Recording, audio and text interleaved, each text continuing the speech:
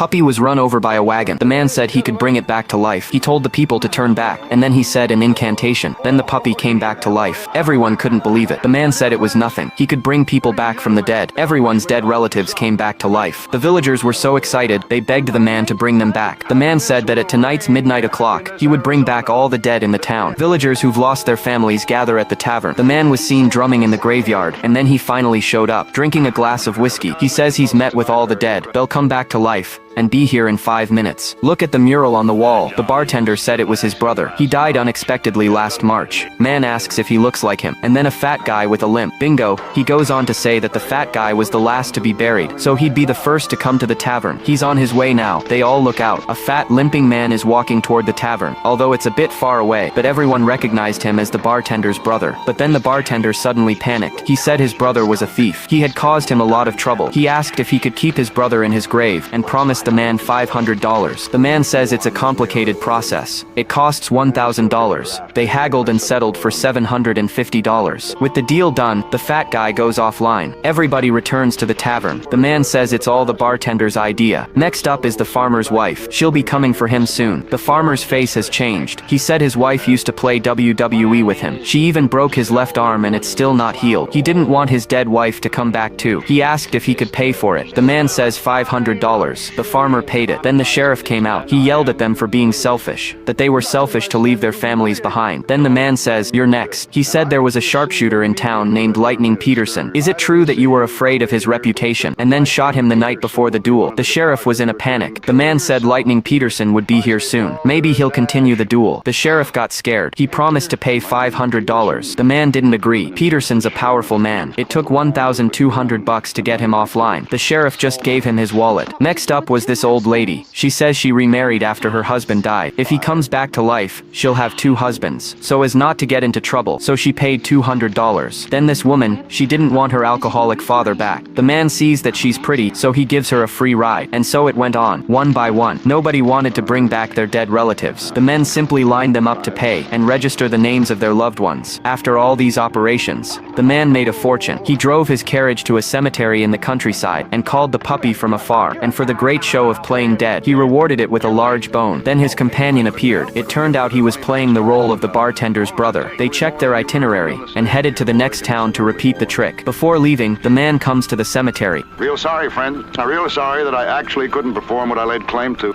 Rest in peace.